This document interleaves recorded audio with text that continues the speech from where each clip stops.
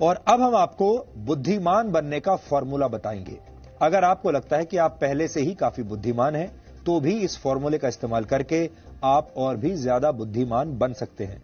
यह formula AIIMS के एक रिसर्च के जरिए सामने आया है और आपको जानकर आश्चर्य होगा कि एम्स की एक डॉक्टर और आईआईटी के एक वैज्ञानिक ने कई वर्षों तक रिसर्च करने के बाद यह निष्कर्ष निकाला है कि हर रोज कुछ समय तक लगातार गायत्री मंत्र पढ़कर बौद्धिक क्षमता का अनंत विस्तार किया जा सकता है, यानी अपने दिमाग की ताकत को बढ़ाया जा सकता है। यह संभव है।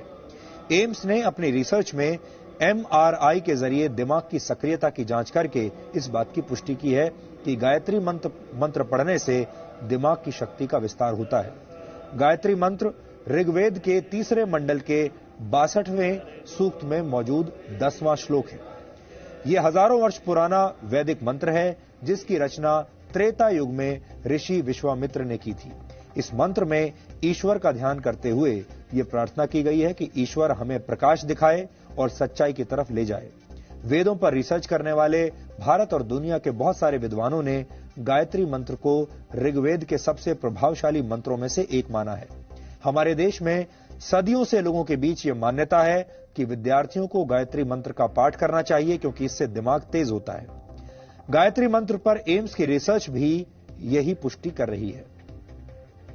एम्स वर्ष 1998 से गायत्री मंत्र पर रिसर्च कर रहा है। सबसे पहले एम्स के डॉक्टर्स ने 25 से 30 वर्ष के पुरुषों पर यह प्रयोग किया था और 9 महीने तक यह रिसर्च की गई और इसके बाद 5 वर्षों तक इसके डेटा का अध्ययन किया गया।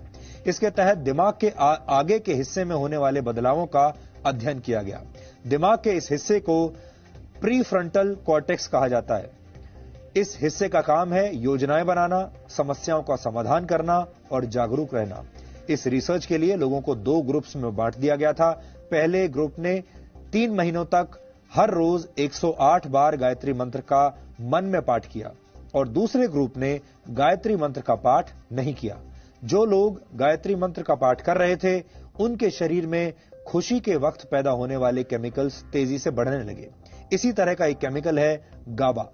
इस केमिकल के कम होने पर नींद नहीं आती और डिप्रेशन जैसी बीमारियां होती हैं।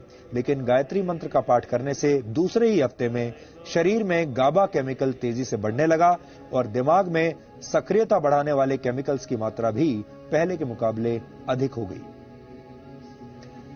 5 हफ्तों तक किए गए एमआरआई यानी मैग्नेटिक रेजोनेंस इमेजिंग की मदद से यह नतीजा निकला कि जिन लोगों ने गायत्री मंत्र का पाठ किया था, उनका दिमाग बहुत शांत और जागृत हो चुका था।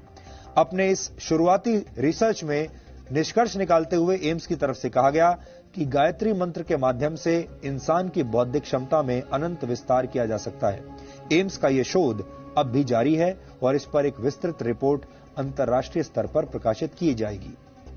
इतिहासकारों ने हमेशा आर्यों की नस्ल को बहुत बुद्धिमान माना है, इसलिए इस पर भी रिसर्च होनी चाहिए कि क्या आर्यों ने इस तरह के शक्तिशाली मंत्रों का आविष्कार करके अपनी बौद्धिक क्षमता को बढ़ा लिया था। इस मंत्र का ऋषि विश्वामित्र से क्या रिश्ता है, किस तरह गायत्री मंत्र का हिंदू धर्म की परंपराओं में विशेष स्थान है और एम्स के रिसर्च पर एक्सपर्ट्स के क्या विचार हैं, ये समझने के लिए आज आपको हमारा ये वीडियो विश्लेषण बहुत ध्यान से देखना चाहिए।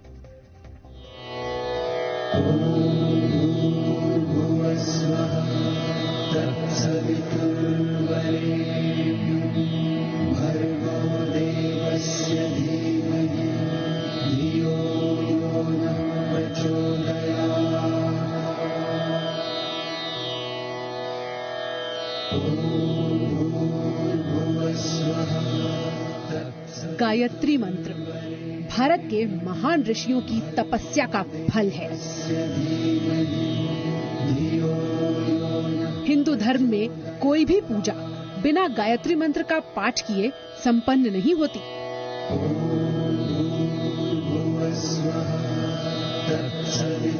हिंदू धर्म के शास्त्रों और पुराणों में गायत्री मंत्र को बल और तेज को बढ़ाने वाला बताया गया है। यही बात all India institute of medical science ने अपनी रिसर्च में कही है। माना जाता है कि इस मंत्र का उच्चारण दिमाग को शांत करता है और ये शांति बेवजह नहीं है।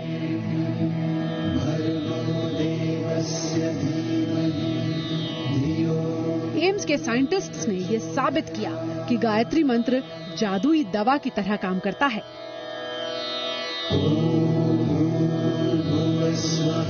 रिसर्च के मुताबिक अगर नियम बनाकर गायत्री मंत्र का उच्चारण किया जाए तो ये दिमाग की चेतना को सीमाओं से परे ले जाकर जगा सकता है।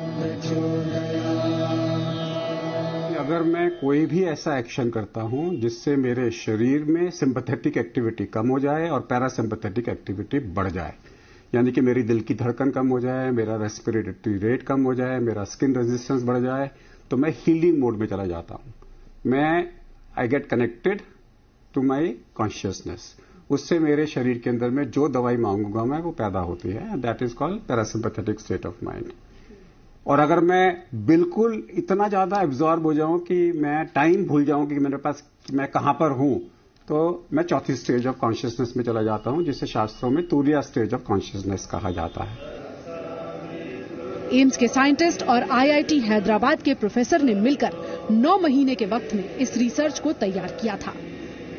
मंत्रों के द्वारा बौद्धिक क्षमता का विस्तार मनोवैज्ञानिकों के लिए भी अध्ययन का विषय है।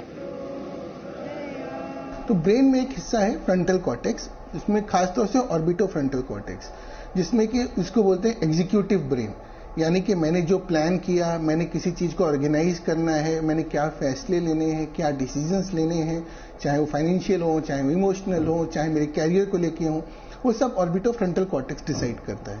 तो अक्सर जब भी हम कोई भी ये लाइफस्टाइल चेंज जो हेल्दी वाली होती है, चाहे योगा की हो, मेडिटेशन की हो, चैंटिंग की हो, चाहे वो गायत्री मंत्र हो, बहुत लोगों के लिए अलग तरह के मंत्र होते हैं, सब में एक देखा गया है कि ब्लड सप्लाई कुछ पर्टिकुलर एरियाज में बढ़ती है, जो उस वजह से ब्रेन में पॉजिटिव चेंजेस आते हैं, जिसको बोलते हैं न्यूरोप्लास्टिसिटी। यानी कि जैसे जैसे ब्लड सप्लाई हमारी बढ़ती है, न्यूरॉन्स थोड़े उनमें ग्रोथ फैक्टर्स आते हैं और वो नए नए ब्रांचेस बनाते हैं। करीब 20 वर्षों से एम्स में गायत्री मंत्र पर शोध किया जा रहा है। इन्हीं रिसर्च पेपर्स में प्रकाशित एमआरआई स्टडी के एक ग्राफ में दर्ज ब्रेन एक्टिविटी में ये भी साफ देखा गया कि जिन लोगों ने गायत्री मंत्र का उच्चारण किया, दूसरे हफ्ते में ही उनके दिमाग की तरंगों में एक लय आ गई।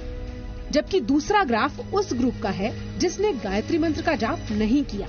उनके दिमाग की तरंगे बिखरी हुई और बेतरतीब नजर आई। मतलब साफ है कि कंट्रोल ग्रुप वाले लोगों के दिमाग में सकारात्मक बदलाव देखे गए। ऐसे लोग भी मौजूद हैं जो गायत्री मंत्र से सेहत पर अच्छे प्रभावों का दावा करते हैं।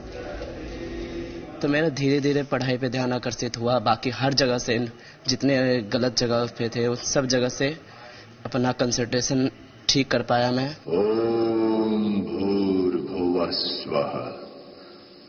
गायत्री मंत्र की रचना ऋषि विश्वामित्र ने की थी।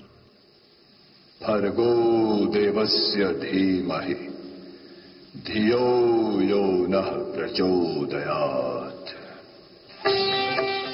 विश्वामित्र को हिंदुओं के धर्म ग्रंथ रामायण में एक ऋषि और एक वैज्ञानिक की तरह भी प्रस्तुत किया गया है। रामायण में विश्वामित्र भगवान राम और लक्ष्मण के गुरु हैं, जो उन्हें दिव्य अस्त्र शस्त्रों के बारे में भी ज्ञान देते हैं। गुरु और शिष्य के बीच सर्वदा प्रेम और विश्वास बना रहे। हमारे देश में खासतौर पर उपनयन संस्कार के वक्त मंत्रोच्चार में गायत्री मंत्र का विशेष स्थान माना जाता है।